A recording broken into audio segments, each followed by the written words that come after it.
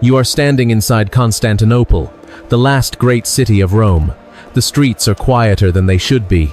The markets still exist, but something feels wrong. Fewer voices, fewer people. You look up at the massive Theodosian walls that have protected this city for centuries, and for a moment, you believe they always will. This was once the center of the world, a city of gold, trade, and faith, a civilization that survived long after Rome itself had fallen. And yet, as you walk through its fading streets, you begin to feel it.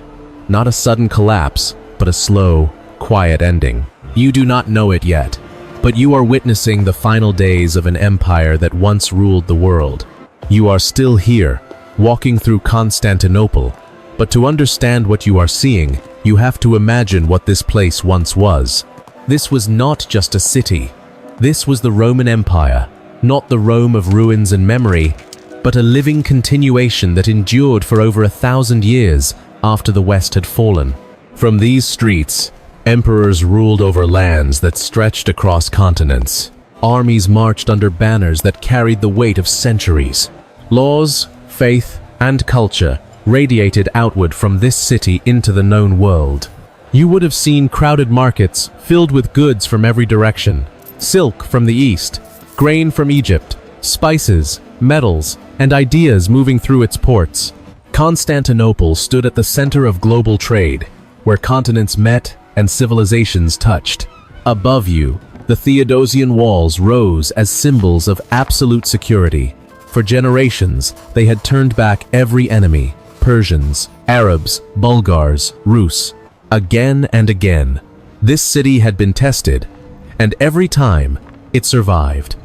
People believed these walls were not just stone, but destiny. And then there was Hagia Sophia. Not just a building, but a statement. A vast dome that seemed to float above the earth, filled with light, color, and silence. When you stepped inside, you did not just feel power, you felt permanence. As if this empire was meant to last forever. But now, as you walk these same streets, something no longer matches that image. The markets are smaller, the crowds thinner. Entire sections of the city feel empty, almost forgotten. What was once the center of the world now feels distant from it. You begin to understand something unsettling. Greatness does not disappear all at once, it fades. And what you are seeing now is not the height of an empire. It is what remains after centuries of slow, irreversible decline.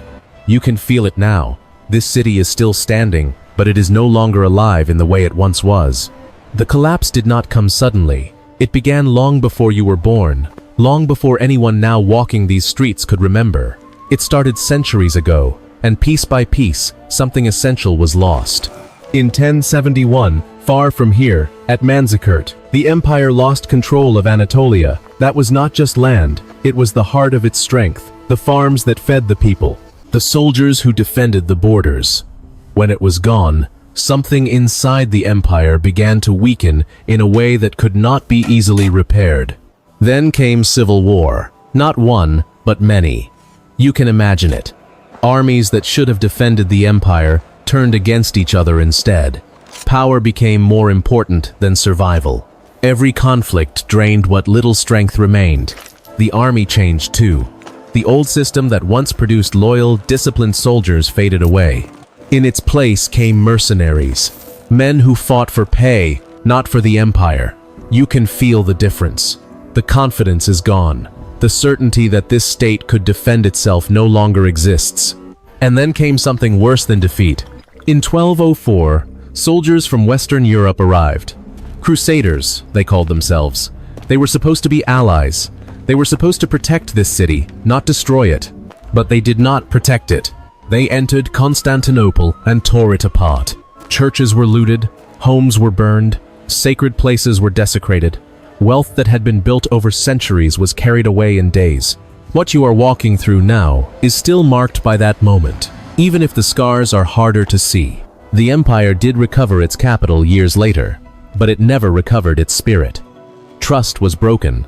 Resources were gone. Enemies surrounded it from every side. And as time passed, new threats grew stronger. By the 1400s, you can see the result all around you. Entire neighborhoods are empty. Fields have replaced streets. The population is only a fraction of what it once was. This is no longer the center of the world. It feels isolated, almost forgotten. Beyond the walls, a new power is rising. The Ottomans are no longer a distant threat. They are close, organized, expanding. You can sense what is coming, even if no one says it out loud. This city is not preparing for victory.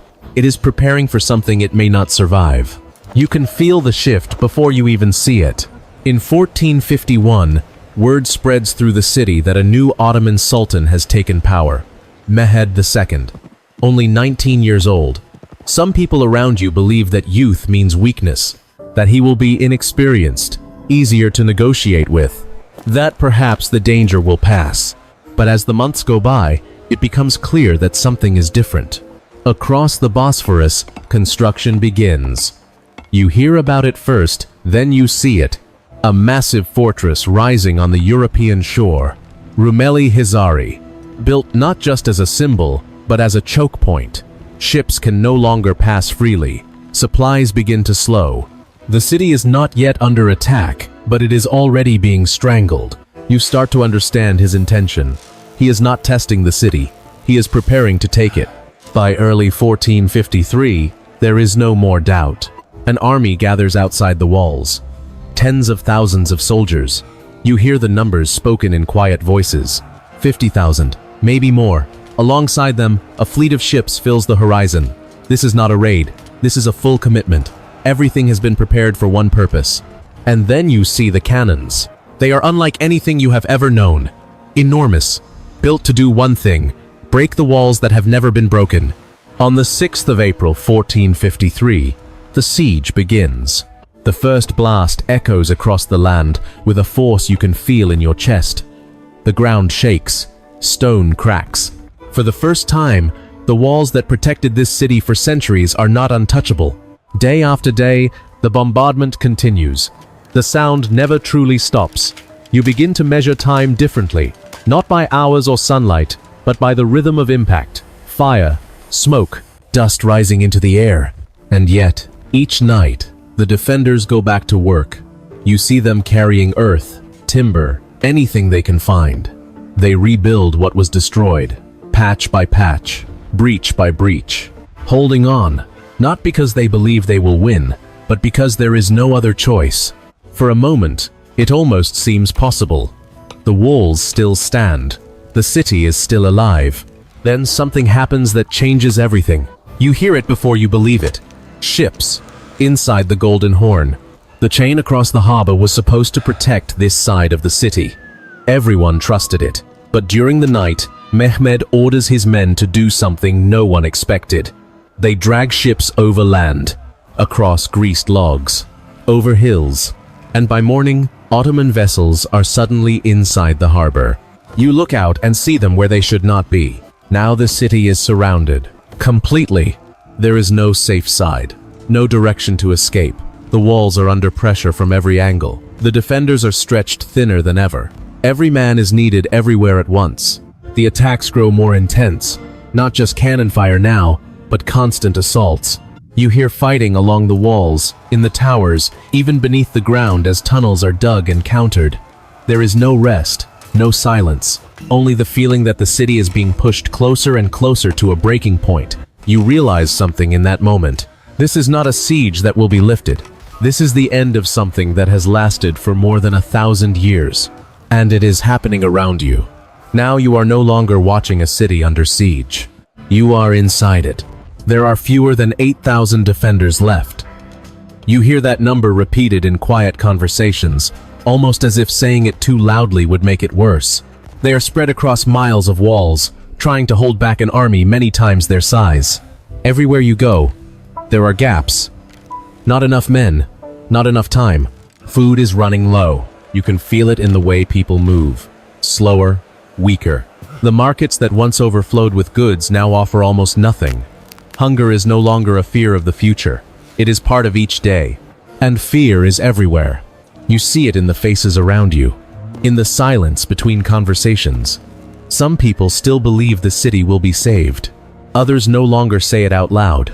There are whispers that God has turned away, that something sacred is leaving this place. On May 28, everything changes. You follow the crowd toward Hagia Sophia. People are gathering, not as strangers, but as something closer to a single community than they have been in generations. Orthodox and Catholic, divisions that once mattered so much, no longer seem important. Inside, the space is filled with light and voices. Prayers echo beneath the great dome. Some people are crying, others stand in silence. You understand what this moment is. This is not a prayer for victory. It is a farewell. That night, the sound begins again, louder than before. The final assault. You can hear it from every direction. Horns, shouting, the impact against the walls, wave after wave of soldiers advancing. First the irregular fighters, then more organized troops. Each attack pushing harder than the last. You wait, you listen. You try to understand what is happening beyond the walls. Then something shifts. The Janissaries move forward. You hear it in the urgency of the voices around you, in the way people start to run instead of walk. Word spreads quickly, even without being spoken clearly. The defenses are breaking. And then, panic. Somewhere along the walls, a critical point has failed. The lines cannot hold. The exhaustion, the numbers, the constant pressure, it all becomes too much at once. You hear that the emperor himself has gone to the front. Constantine the 11th, the last emperor of this empire. There are stories moving through the streets in fragments. That he removed his imperial robes. That he chose to fight as a soldier among soldiers. That he refused to leave. And then the stories stop. No one sees him again. In that moment, you understand something without needing to be told. The empire is no longer holding together. It is collapsing from within just as much as from the outside. Everything that once felt permanent now feels fragile. And everything that felt distant is suddenly here, right in front of you. And there is nothing left to stop it. When the sun rises, everything is different. You step into a city that no longer belongs to the empire you have known. The Roman Empire, the one that endured for nearly 15 centuries, is gone. Not slowly, not symbolically, but completely. Constantinople is no longer holding on. It has fallen into chaos. You see it in the streets, in the movement of soldiers, in the silence of those who survived the night. Thousands have been killed. Many more are being taken away. Families are separated without warning. What was once a city of order now feels unrecognizable. You move past places that once defined this world, and then you see it. Hagia Sophia. For generations, it stood as the spiritual heart of this empire, a place where people believed heaven and earth came closer together. Now, it has changed. It is no longer a church. It has been claimed and transformed into a mosque. The meaning of the space is different, even if the structure remains the same. And yet, even in this ending, something else is beginning. Not everyone stayed. Some escaped before the final days. Scholars, teachers, people who carried knowledge that had been preserved here for centuries. They travel west, towards cities like Florence and Venice, bringing with them ancient texts, ideas, and ways of thinking that had been safeguarded in this empire. You may not see it now, standing in the ruins of this moment, but those ideas will spread. They will be studied, translated, and built upon, and over time, they will help shape what becomes the Renaissance. So what you are witnessing is not just an ending. It is a turning point. The Byzantine Empire has fallen. Its capital has changed hands. Its political power has ended, but its legacy does not disappear with it. In a way, it moves forward, and the world that comes after will carry traces of what was lost here. You are standing at the moment where one era ends and another quietly begins. Empires do not fall in a single moment. They fade slowly, until one day there is nothing left to hold them together. Constantinople was more than a city. To me, it feels like the final living piece of Rome, a world that refused to disappear. And in 1453, that world finally ended. I would really like to hear your thoughts on this moment in history. Do you think it was inevitable, or could it have been saved? If you enjoy this kind of storytelling, consider subscribing to When History Broke and be part of the conversation.